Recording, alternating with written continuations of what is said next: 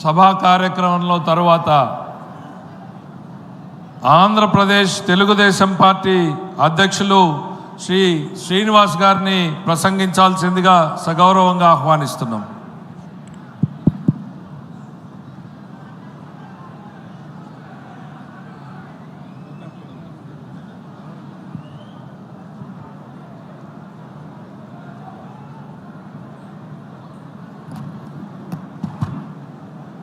వక్తలు ప్రతిపాదించినట్టుగా పహల్గామ్ మృతులకు వారితో పాటు దేశాన్ని రక్షిస్తూ ప్రాణాలు కోల్పోయినటువంటి వీర సైనికులకు కూడా ఈ సభావేదిక ద్వారా 2 నిమిషాల పాటు మౌనాన్ని పాటించవలసిందిగా సవినయంగా కోరుతున్నాం.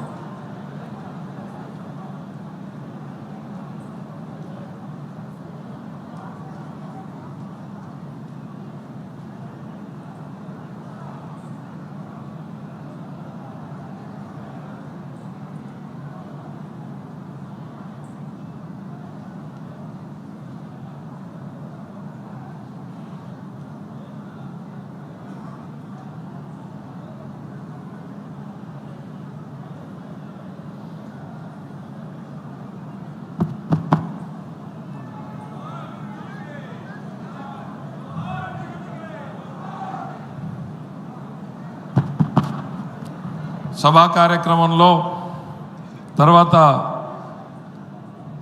రాష్ట్ర తెలుగుదేశం పార్టీ అధ్యక్షులు శ్రీ పల్లా శ్రీనివాస్ గారిని మాట్లాడాల్సిందిగా ఆహ్వానిస్తున్నాం.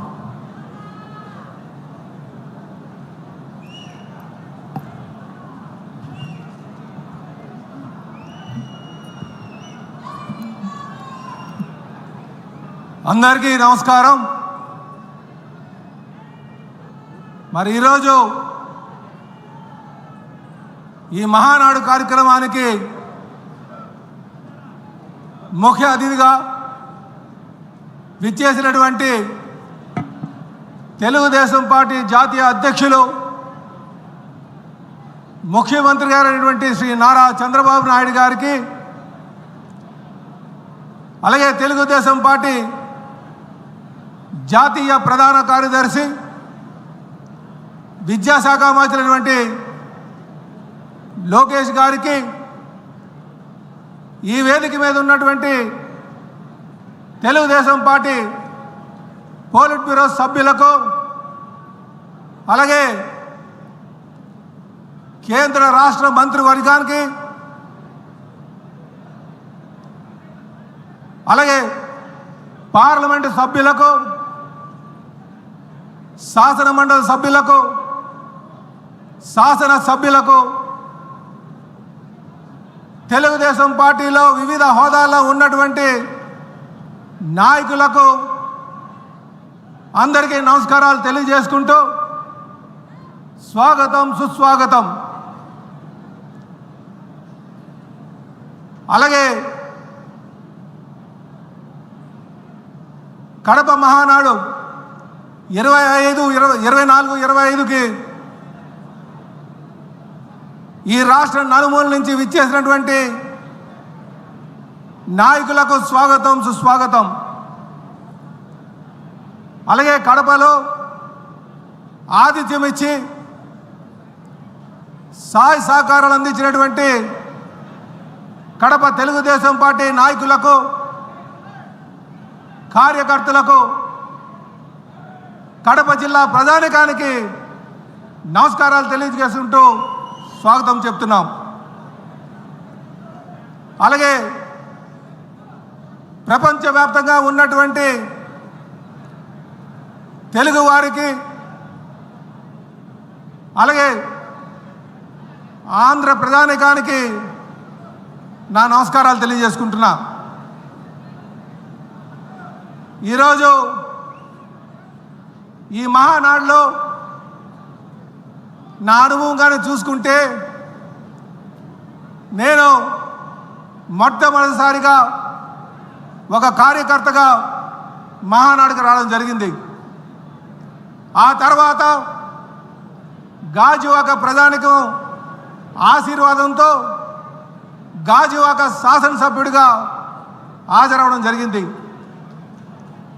ఈరోజు తెలుగుదేశం పార్టీ రాష్ట్ర అధ్యక్షులుగా తెలుగుదేశం పార్టీ కుటుంబ సభ్యులతో పాల్గొనడానికి నాకు చాలా ఆనందంగా ఉంది. ఈ అవకాశం కల్పించినటువంటి తెలుగుదేశం పార్టీ జాతీయ అధ్యక్షులు ముఖ్యమంత్రి గారికి నా పాదాభివందనాలు తెలియజేస్తున్నా. అలాగే అనుక్షణం భుజం తట్టి నేనున్నాను, ముందుకు వెళ్ళు అని చెప్పేసి సహకారం అందిస్తున్నటువంటి లోకేష్ బాబు గారికి నా ధన్యవాదాలు. అలాగే నేను వేసే ప్రతి అడుగులో తప్పటడుగు పడకుండా నడిపిస్తున్నటువంటి తెలుగుదేశం పార్టీ సీనియర్ నాయకులందరికీ కూడా నా ధన్యవాదాలు. ఈరోజు రాష్ట్ర అధ్యక్షులుగా మొదటి ప్రసంగం చేస్తున్నందుకు ఇది నా జీవితంలో మర్చిపోలేనటువంటి సంఘటన. ఇది నాకు వ్యక్తిగతంగా దొరికినటువంటి గౌరవం ఒకటే కాదు, ఇది పార్టీ సిద్ధాంతాలపై నమ్మకానికి ప్రతీక అని చెప్పి ఈ సందర్భంగా తెలియజేస్తున్నా. అంటే తెలుగుదేశం పార్టీ ఎవరైతే పార్టీ సిద్ధాంతాలకు అనుగుణంగా ఉంటారో వారు ఉన్నతమైన స్థాయికి పార్టీలో దక్కుతుందనడానికి ఇది ఒక నిదర్శనం అని చెప్పి ఈ సందర్భంగా తెలియజేస్తూ ఇది నా పూర్వజన్మ సుకృతంగా భావిస్తున్నా. సోదరులారా, కడపలో మహానాడు పెడదామంటే చాలామంది నాయకులు ఎన్నో సందేహాలు చెప్పారు. ఇక్కడికి వస్తే సభను నడపనివ్వరని, ప్రజలు సహకారం అందించరని, దౌర్జన్యాలు చేస్తారని ఇలాగ ఎన్నో అపోహలు పెట్టారు. కానీ ఈరోజు ఇక్కడికి వచ్చిన తర్వాత కడప ప్రజలు ఇచ్చినటువంటి సహకారం, తెలుగుదేశం పార్టీ నాయకులు ఇచ్చినటువంటి తోడ్పాటు నిజంగా చాలా అద్భుతం అని చెప్పి ఈ సందర్భంగా తెలియజేస్తున్నాం. ఈరోజు ఈ మహానాడు వేదికగా కడప యొక్క ఖ్యాతిని తెలుగు వారికి అందరికీ కూడా ప్రపంచానికే తెలియజేస్తున్నాం చెప్పి ఈ సందర్భంగా తెలియజేస్తున్నాం. ఈరోజు ఈ మహానాడు కోసం మాట్లాడుకుంటే కీర్తిశేషులు నందమూరి తారక రామారావు గారు తెలుగుదేశం పార్టీ 1982లో స్థాపించి 8 నెలల్లోనే ముఖ్యమంత్రి పదవిని అధిరోహించి 1983 మే 26, 27, 28న విజయవాడలో జరుపుకున్నాం. ఆ రోజు 26, 27 మహాసభలుగా 2 రోజులు జరుపుకున్నాం. 3వ రోజు మహానాడుగా మరి విజయవాడలో సిద్ధార్థ మెడికల్ కాలేజీలో పెట్టుకోవడం జరిగింది. ఆ రోజు తెలుగుదేశం పార్టీ వ్యవస్థాపకులు కీర్తిశేషులు అప్పుడు ముఖ్యమంత్రిగా ఉన్నటువంటి ఎన్టీ రామారావు గారు ఈ దేశంలో ఉన్నటువంటి అనేక నాయకుల్ని, ప్రముఖుల్ని, వివిధ పార్టీ ప్రముఖుల్ని పిలిపించి ఉపన్యాసకులుగా ఆహ్వానించబడింది. అందులో తమిళనాడు నుంచి రామచంద్రన్ గారు ఉన్నారు. అలాగే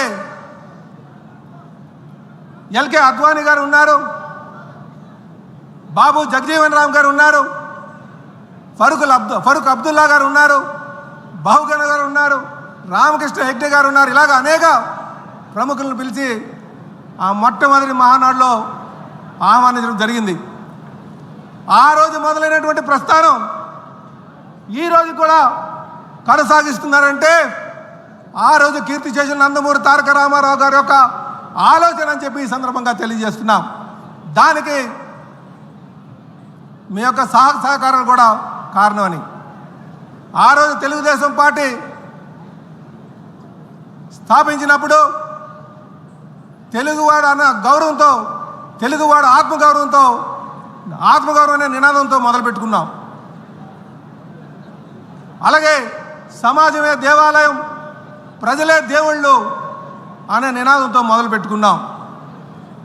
పేదవాడికి పట్టెడు అన్నం పెట్టాలి, కట్టుకోవడానికి బట్ట ఉండాలి, ఉండడానికి ఇల్లు ఉండాలి అనే సింపుల్ మేనిఫెస్టోతో మనం మొదలుపెట్టుకున్నాం. అలాగే ఆ రోజు రాష్ట్రంలో ఉన్నటువంటి అనిశ్చిత, తెలుగువాడి యొక్క గౌరవాన్ని ఢిల్లీలో తాకట్టు పెట్టినటువంటి పరిస్థితి, నిడకలేనటువంటి ప్రభుత్వాలు, సంవత్సరానికి ఒక ముఖ్యమంత్రి మారేటువంటి పరిస్థితి, బడుగు బలహీన వర్గాలకి నట్టేట ముంచేటువంటి పరిస్థితి, అలాంటి దుర్భరమైన పరిస్థితిలో తెలుగు వారికి అండగా ఉండాలి, ఈ రాష్ట్రాన్ని సర్వతోముఖ అభివృద్ధి చేయాలి అనే ఉద్దేశంతో ఆ రోజు ఎంత పేరున్నా, ఎంత డబ్బున్నా అవన్నీ పక్కన పెట్టి ప్రజాసేవలను తరించాలని చెప్పి మరి కీర్తి చేసిన నందమూరి తారక రామారావు గారు మొదలుపెట్టినటువంటి పార్టీ ఈరోజు మనం కడపలో చేసుకుంటున్నాం. కడపలో ఈ మహానాడు చేయడం అంటే ఇది చారిత్రాత్మక నిర్ణయం అని చెప్పి ఈ సందర్భంగా తెలియజేస్తున్నాను. సుమారు 40 సంవత్సరాలుగా అలుపెరగినటువంటి శ్రామికుడిగా తెలుగుదేశం పార్టీని తన భుజస్కంధాలపైన వేసుకొని క్రమం తప్పకుండా ప్రతి ఏడాది కూడా మహానాడులు చేసుకుంటూ ముందుకు నడిపిస్తున్నటువంటి తెలుగుదేశం పార్టీ జాతీయ అధ్యక్షులు ముఖ్యమంత్రి గారి కోసం మనం మాట్లాడుకోవాల్సిన అవసరం ఉంది. నిజంగా వారు ఎన్ని ఒడిదొడుకులు వచ్చినా, ఎన్ని కష్టాలు వచ్చినా, అలాగే ఎన్ని సంక్షోభాలు వచ్చినా, ఎన్ని నష్టాలు జరిగినా పార్టీని క్రమశిక్షణతో నాయకులకు దిశనిర్దేశిస్తూ గత 40 సంవత్సరాలుగా పార్టీని నడిపిస్తున్నారు. నిజంగా ఈరోజు మనం కమలాపురంలో సీకేదండి మండలంలో పబ్బాపురంలో జరుగుతున్నటువంటి ఈ మహానాడు సాక్షిగా మనమందరూ కూడా వారికి అండగా ఉండాలి, వారి అడుగుజాడల్లో నడవాలి, మంచి నాయకులుగా తయారవ్వాలని చెప్పి ఈ సందర్భంగా తెలియజేస్తున్నాం. వారు నా సారథ్యంలో అనేక సంస్కరణలు తీసుకొచ్చి విజన్ 2020 తీసుకొచ్చి, ఆ రోజు విజన్ 2020 అంటే ఎగతాళి చేశారు. కానీ 2020కి వచ్చిన తర్వాత ఆ విజనరీ లీడర్ యొక్క ఆలోచనలు ప్రపంచం అంతా కూడా గమనించింది. What CBN things today, the nation things tomorrow అనే విధంగా వారి ఆలోచనలు ఉంటుందనడానికి విజన్ 2020 నిదర్శనం అని చెప్పి తెలియజేస్తున్నాం. అలాగే ఈరోజు 2047 స్వర్ణాంధ్ర అనే విజన్ తీసుకున్నారు. దానికి మనమందరం కూడా ఆయన అడుగుజాడల్లో నడవాల్సిన అవసరం ఉందని చెప్పి ఈ సందర్భంగా తెలియజేస్తున్నాం. అలాగే ఈరోజు కాలానికి అనుగుణంగా నిర్ణయాలు తీసుకుంటూ యువగలం ద్వారా యువతని పార్టీలోకి తీసుకొచ్చి జవసత్వాలను చేకూర్చినటువంటి లోకేష్ బాబు కోసం మనం మాట్లాడుకోవాల్సిన అవసరం ఉంది. కార్యకర్తలందరికీ అండగా ఉంటూ వారి సంక్షేమాన్ని తీసుకుంటూ వారికి ఏ కష్టం వచ్చినా సరే ఆదుకుంటూ ముందుకెళ్తున్నటువంటి తీరు, అలాగే వారు మనకి రేపు కాబోయే భవిష్యత్ నాయకుడు అని చెప్పి ఈ సందర్భంగా తెలియజేస్తున్నాం. ఏదో ఎన్టీ రామారావు గారు మనవడనో చంద్రబాబు నాయుడు గారు అబ్బాయనో నేను ఈ మాట మాట్లాడలే. నేను క్షుణ్ణంగా దగ్గరుండి ఆయన గమనించాను కనుక ఈ మాట చెప్తున్నా. 2019లో మంగళగిరిలో ఓడిపోయిన తర్వాత అదే నియోజకవర్గాన్ని పట్టు వదలకుండా నడిపించి ఈరోజు రాష్ట్రంలో అత్యధిక మెజారిటీలో 3వ స్థానంలో ఉన్నారంటే ఆయన ఒక నాయకుడిగా పటిమ కనిపిస్తుందని చెప్పి తెలియజేస్తున్నాం. కనుక సోదరులారా, తెలుగుదేశం పార్టీకి అనుభవం ఉన్నటువంటి నాయకత్వం చంద్రబాబు నాయుడు గారి ద్వారా, యువ నాయకత్వం లోకేష్ బాబు ద్వారా, అలాగనే పవిత్రమైనటువంటి ఆలోచనలో పునాదులు వేసినటువంటి పైనుంచి ఆశీర్వాదం అందిస్తున్నటువంటి మరి కీర్తి చేసిన నందమూరి తారక రామారావు గారి యొక్క ఆశీస్సులు ఉన్నాయని ఈ పార్టీకి ఆచంద్రార్కం అని చెప్పి ఈ సందర్భంగా తెలియజేస్తున్నాం. ఎందుకు ఆచంద్రార్కం అంటున్నానంటే ఈ మూలాలు, పార్టీ యొక్క మూలాలు చూడాలి. ఈ మూలాలు ఒక నీతి నిజాయితీ మీద నిర్మించబడినటువంటి పార్టీ. అలాగే ఇదే సందర్భంగా కార్యకర్తల కోసం మాట్లాడాల్సిన అవసరం ఉంది. నాయకులకి ఏదైనా కష్టం వస్తే మొట్టమొదటిగా చెప్పుకునేది కార్యకర్తలకి, కుటుంబ సభ్యులకి చెప్పుకుంటాం. కానీ వారు వీధుల్లోకి వచ్చేటువంటి పరిస్థితి ఉండదు, అందరినీ చైతన్యం చేసేటువంటి పరిస్థితి ఉండదు. కానీ నాయకుడికి అండగా ఉండి మన నాయకుడిని 52 రోజులు నిర్బంధిస్తే ప్రతి ఒక్క నాయకుడు కూడా బయటకు వచ్చి మీ యొక్క సహకారం, మీ యొక్క పోరాటం నిజంగా మరువలేంది. అందుకే ఏ నాయకుడికైనా సరే మీరు అందించేటువంటి సహాయ సహకారాలే, మీ యొక్క తోడ్పాటే చాలా ముఖ్యమని చెప్పి తెలియజేస్తున్నాం. ఆ రోజు మన నాయకుడిని అన్యాయంగా నిర్బంధించినప్పుడు మీరు చూపించినటువంటి చొరవకి మీ అందరికీ కూడా చేతులెట్టి నమస్కరిస్తున్నాను. అలాగే మనం ఈరోజు ఈ మహానాడు ద్వారా, ఇదేదో కేవలం సభ కాదు, ఈ సభ ద్వారా ఈ రాష్ట్రానికి దిశ నిర్దేశించేటువంటి తీర్మానాలు చేయబోతున్నాం. కనుక ప్రతి నాయకుడు కూడా ఒక నాయకుడిగా ఎదగాలంటే ఎటువంటి ఆలోచనలు చేయాలన్నది ఇక్కడి నుంచి తెలుసుకోవాల్సినటువంటి అవసరం ఉంది. తెలుగుదేశం పార్టీ అనేక నాయకులను తయారు చేసి అందించినటువంటి తీరు, అలాగే బడుగు బలహీన వర్గాలందరినీ కూడా రాజకీయ అవకాశాలు కల్పించినటువంటి తీరు.